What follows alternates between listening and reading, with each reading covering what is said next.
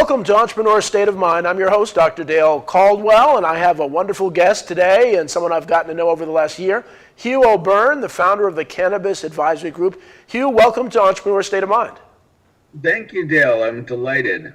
Well, it's really been great getting to know you. You really have an interesting story, and you really are on the cutting edge of some real business, some real entrepreneurial opportunities. But I always want to start out with where people are from. So Hugh, I know I was born in Boston, and you were originally from Boston. But where'd you grow up, and where'd you go to school?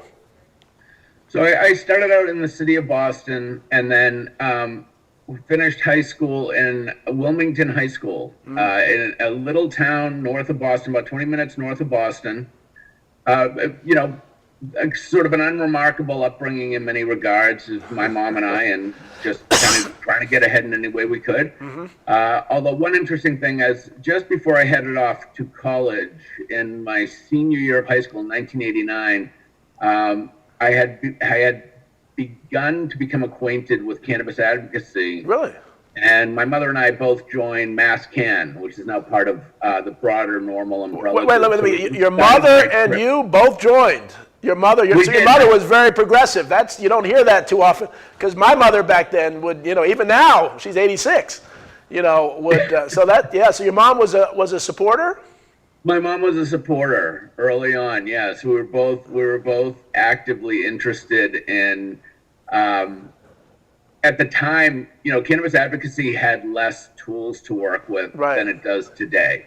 The less was known about the plants, although much was suspected. Right. And there was really hemp advocacy and cannabis advocacy were together. Right. And my mom, not that she was a cannabis user by any means, but she really just thought, and I think we both thought, that whatever potential ills cannabis may have, it was safer than fascism. Right. So the idea that we were putting people in jail and depriving them of their property and their livelihoods over the plant was enough to motivate us to kind of get involved at that state. But 89 was still the drug war, et cetera. Right. I went to a little college in Andover, Massachusetts called Merrimack College, where I did a public access television debate in favor of cannabis in 1991. Wow. From there, I went and got my master's in philosophy at Boston College, and then subsequently my law degree at Vanderbilt University. Wonderful. Well, what a great background you have, and this has been near and dear to your heart for many years. So going back to the high school, was there any knowledge of cannabis's medical benefits? Did they know anything back then about that, or they just suspected it? Yeah, it was suspected. I can't. Also, by the way, I was 18, so I wasn't the picture of rigor, intellectual rigor on things. I just thought I had it figured out after a cursory investigation. So I think there was plenty to think that cannabis. I know for certain much of what was being advocated for were the benefits of hemp, which were much more understandable because of its industrial applications, which we utilized in the United States, for hundreds of years, since whenever the founding or before. But there was a great deal of anecdotal knowledge about the benefits of cannabis. Right. And of course, we're there talking about maybe the medicinal side of things, and so it was being suspected. It wasn't much further along than the Berkeley Patients Collective really got things going in 1995, right? With explicitly, and forgive me if I got their name wrong, where they explicitly utilized the benefits of cannabis in connection with the suffering of AIDS patients, and began the first move California along. So there was a lot of thinking around that. But one thing from a public health point of view, but it's also public safety point of view, is just incarcerating gigantic numbers of people can't be healthy. Maybe I'm torturing the idea of health here. I know what you mean by medicine, but what we were doing, particularly in the war on drugs, to communities of color, to rural farmers in California and New England, I mean, that wasn't healthy for these communities. It wasn't healthy for those families. Well, Hugh, but you were ahead of your time, and so two things. One, I have to say that there's been a lot of, and actually, former President Bill Clinton has apologized. A lot of the rules about drug use within a school really hurt the black community, because many folks, because in the urban communities, if you make a distance illegal, there's such a small space, so many people were put into prison in the urban areas that weren't in the suburban areas, and so that that was critical. So you and your mom were ahead of the game to say that it wasn't as much about cannabis as it was about fairness and and dealing with people who were poor. But before we go back, one of the things I want to ask. So I was in South Africa in 1986. I was part of a Rotary Group Study Exchange program. I was the only African American in the trip. Just a fascinating trip, during apartheid and so on. And one of the things I remember, we went to some hemp farmers, and that was my first time really learning about hemp. And so what they told me, and was that hemp was outlawed. It was outlawed because it was impacting the business interests of influential people. Talk to the audience about that as to why it was outlawed. I mean, why was it out? It is amazing to try to think about why it was outlawed, and you can get very deeply conspiratorial, but I think there's sufficient things to tie together to show that people, certain interests in the 1920s and the 1930s were, and it went kind of hand in glove with cannabis, because you wanted to get the hysteria going around cannabis as the next target of prohibition once alcohol prohibition failed.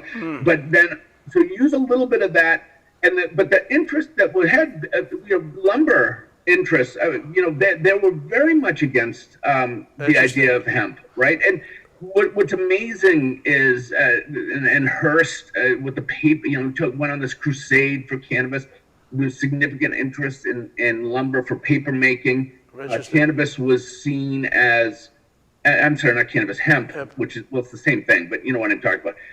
Hemp was, with industrialization, the benefits of hemp were becoming pretty manifest. Right. They were the same benefits that were always there, but with industrialization, we could get paper, we could get buildable fiber, we could get clothing, we could get et cetera, et cetera, et cetera.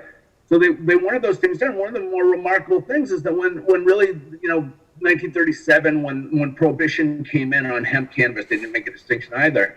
That prohibition was actually lifted in 1942 for the war effort, because hemp was so beneficial for the war effort. And then, of course, in 1946, it was made illegal again. So it's it was all it was a perfect storm of fear, misplaced abuses of power and avarice that really coalesced to utilize the power of the federal government to deprive the society of the benefits of hemp and also cannabis. And Hugh, let me say, and again, and this is one of the things where I really push back on people that are so for this party or that party or conservative or liberal, and that this conflict really misses the boat. Is that we need to really come together to really look at what should be right, whether it's cannabis, whether it's hemp. I think about the electric car. You've seen the documentaries where the electric car we could have had in the 50s, but they destroyed the electric car. Now everybody requiring the electric car. So I think we need to wake up and realize that it's important to vote, but it's important to hold people accountable to do the right thing for the general public. And to sit there and say that one side's better than the other is really not American, and it's not appropriate. So I fight this fight. So and this really just reinforces, Both sides are certainly tied to. They share more in common with respect to how susceptible they are to interest. I mean, look at Los Angeles lost its public transportation system and its wonderful urbanism because of the machinations of Firestone tire manufacturer, in the port. Look at what Robert Moses did, and there were significant racial implications to it. But look what he did just to an urban fabric point of view with respect to the highways in New York. Yep. right? I mean, these are really significant things, and they all tend to go hand in hand. And for some, maybe not so mysterious reason, the poor take it in the teeth, and the vulnerable take it in the teeth. The poor lose. Share in those benefits. And one of the things, and one of the reasons I'm interested in discussing and learning about cannabis is, as you know, I've started this program called Entrepreneur Zones, and we convinced the governor and the New Jersey Economic Development Authority to put together a working group to study entrepreneur zones, which really, in some ways, counter the government's the government's opportunity zones, which in theory can be good and they work in some places, but real estate developers get tax breaks for building real estate, pushing out poor people and building these expensive real estate. So the cities look great, but poor people have been pushed out. So the idea of having an entrepreneur zone where you have an ecosystem in the urban community so people can thrive and support there, and one of the businesses could be a cannabis business. And so we need to begin to really think about, what makes sense instead of aligning to a party that they're great Republicans, they're great Democrats, they're great independents, but only vote for those that make sense. So this is great. I forgot you had a philosophy degree, so I really love talking to you about that. And so one other thing, and I love these shows because they always go different ways. And so growing up in Boston, I showed you a picture of my dad, Ralph Abernathy, and Dr. King when they were organizing a march to integrate the Boston public schools. And so Boston was at the same time the most liberal and the most racist place in the country. And so as someone who, I assume you have Irish descent and so on, you guys were among the, so talk to me a little bit about that experience from a white perspective, because I have it from the black perspective, being in Boston, which is such a contrast. I mean, at the time, things, so when we talk about sort of like the race tensions in Boston, there was no joke. I mean, that was a pretty serious situation. And, I've lived a lot in the South as well, and I've seen race problems in the South. They're remarkably different than what I saw growing up in Boston. Mm-hmm. What I saw in Boston, and here, we got to remember that within living memory, and in the 70s and 80s, the right. Irish American community, and also the Italian American community and other communities, they remembered themselves being on the receiving end of bad power decisions, right? They remember that very clearly. It was very clearly all the stories about no Irish need to fly and all the persecutions, et cetera, et cetera. Right. The racism that I recalled in Boston seemed to be more akin to xenophobia and a threat. It felt, I think people didn't have an idea that there was some sort of, and I don't like to paint with a pretty broad brush. It's pretty arrogant of me to be doing this, but when I've seen things perhaps maybe stereotypically in the South, racism tends to be a reaction to people who feel that the proper order has been upended. Right, that right. Black people are supposed to be in a role. Right. And the changes to that threatens the life as it always been. What I saw is that there wasn't enough Black people to even move the needle. I mean, you didn't really run into a lot of Black people in Boston at the time. What I think there was a view was that they were going, that they, in quotes, were going to basically take from us, right? They were another threat. They were an outside threat. They were going to take resources or something like that. Now that's just part of it. Of course, these things are all blurred together, but it was the case in Boston. And you meet this, you know how it is. If you go out to San Francisco or Austin, Texas, people are always like, "Oh, Boston, we're like Boston." I'm like, "Well, you're a lot more liberal than Boston, right, exactly, progressive." Exactly. Boston's not a terribly progressive culture. Yeah, it's liberal in its voting. Right. It votes reliably Democratic, but it's not a very liberal place. Well, we're gonna. I mean, this is fascinating discussion. We're gonna take a break for a commercial break now, and we'll come back in a few minutes and continue this discussion and really go deep into the cannabis space. My gifts are from the Real because I always feel very confident in what I get. I know it's been authenticated. The thrill of the hunt. They have things I never thought I'd see again. Gonna relish the gifts and the smiles. Top designers, up to 90% off retail. All I want for Christmas is Gucci, Louis Vuitton, Hermes, Prada, Rolex, Cartier. Real stuff at a really good price. Unwrap the unexpected with the Real. Shop over 10,000 new arrivals daily. Get 20% off at the Real. Terms apply.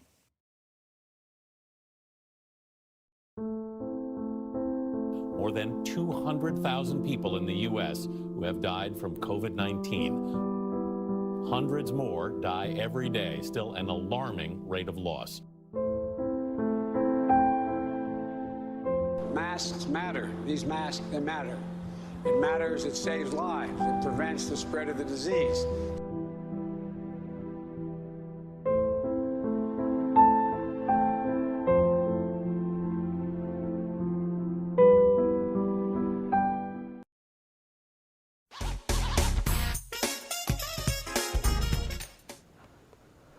Welcome back to Entrepreneur State of Mind, and I have Hugh O'Beirne. I'm Dr. Dale Caldwell, and we were just talking about Boston and some of the issues in Boston. And so Hugh, thanks so much for sharing.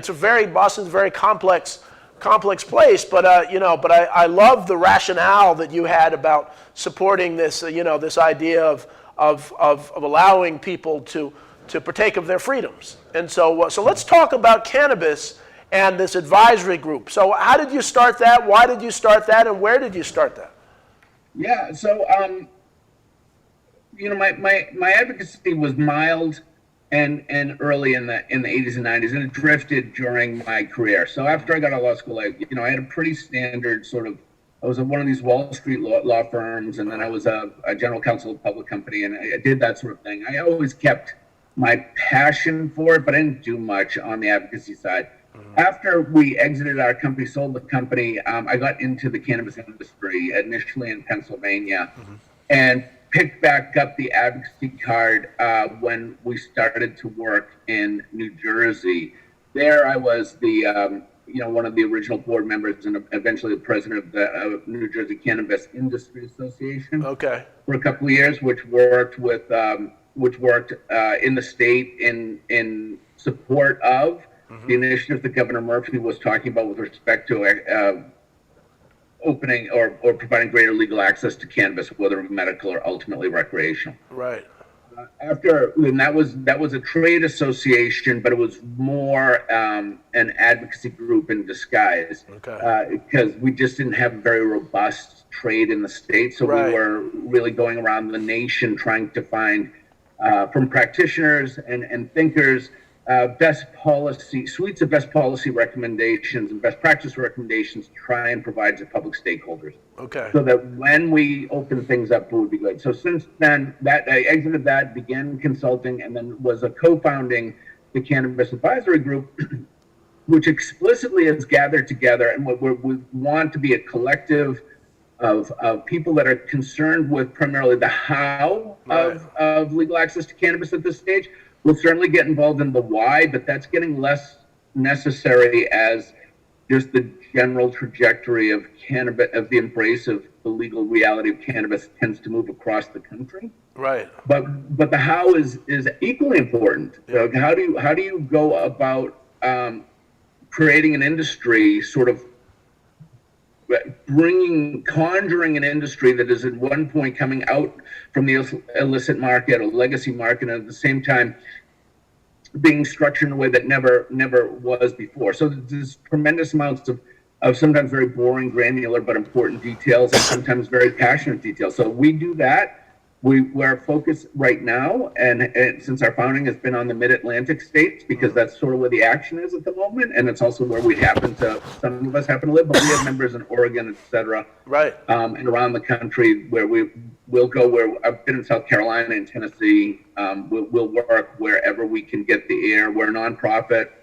We just want to try to be helpful to the public sector as it wrestles with creating a profitable, fair, inclusive, and dynamic industry and market for in a regulated, transparent, safe, and accountable context. Right.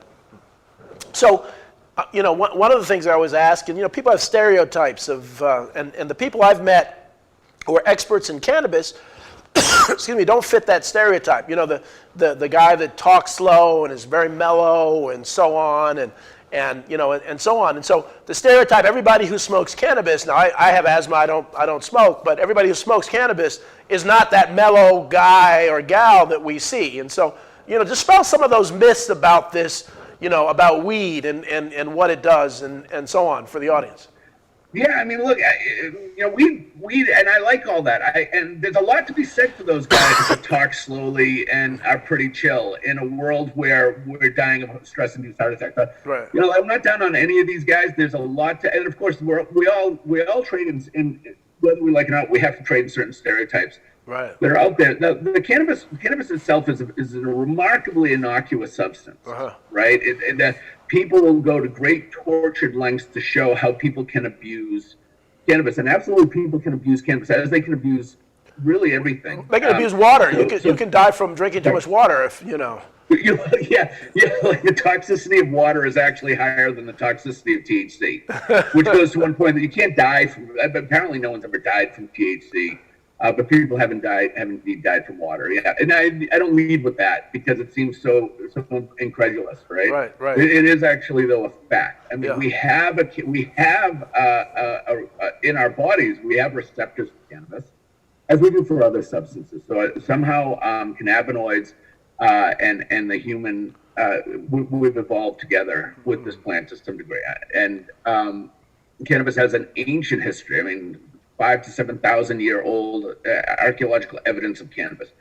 But you do have these first of all, there's just the plain wrong stuff. The cannabis is addictive. Right. Cannabis, it's not. Cannabis is addictive in the sense of like opioids, or the cannabis is even an opioid. You'll hear, oh, that's not true. Right. The cannabis, you can overdose from cannabis. That's not true.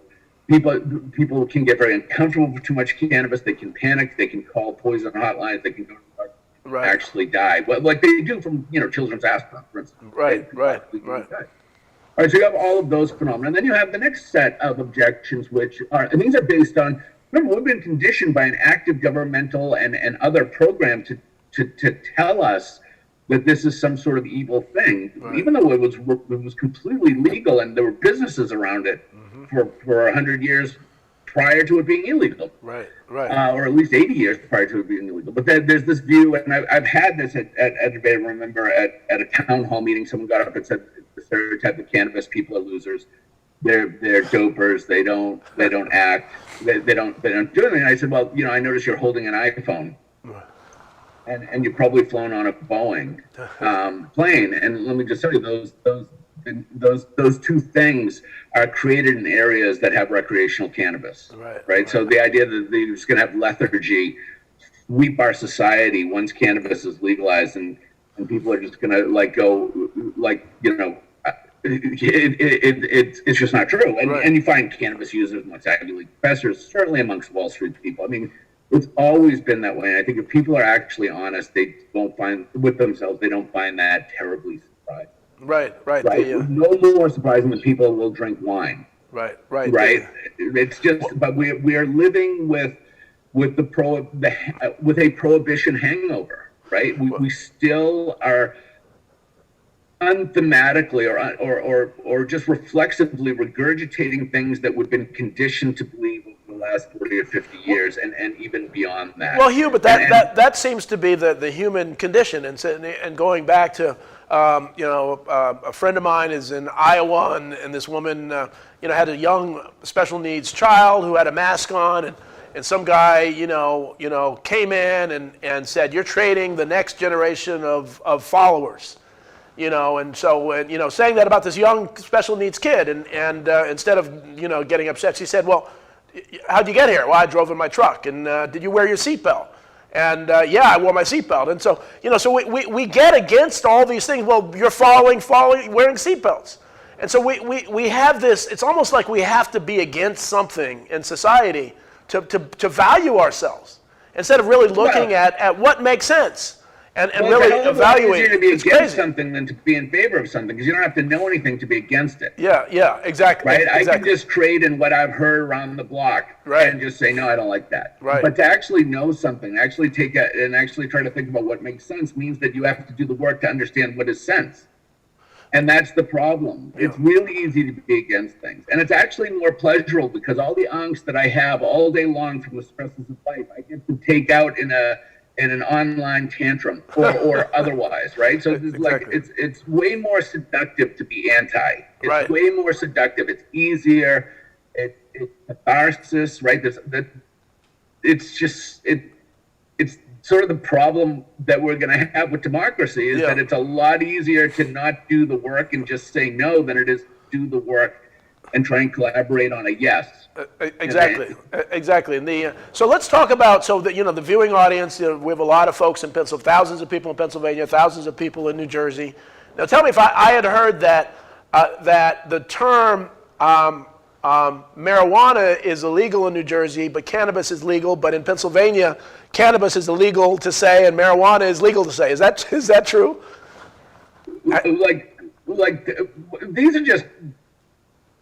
These are necessary fictions. Right. Interesting. Right. So we have a plant. Right. And we can designate this plant a number of different ways, like botanically as well as culturally. And then legally we get into this problem, and that's because we're actually trying to change some laws here without changing all of the laws. So the first thing is we say, okay, well, we look at this, if we have 0.3% of THC or less and an eye towards industrial application, we will put on glasses that when we look at this plant, we see the word hemp. Right.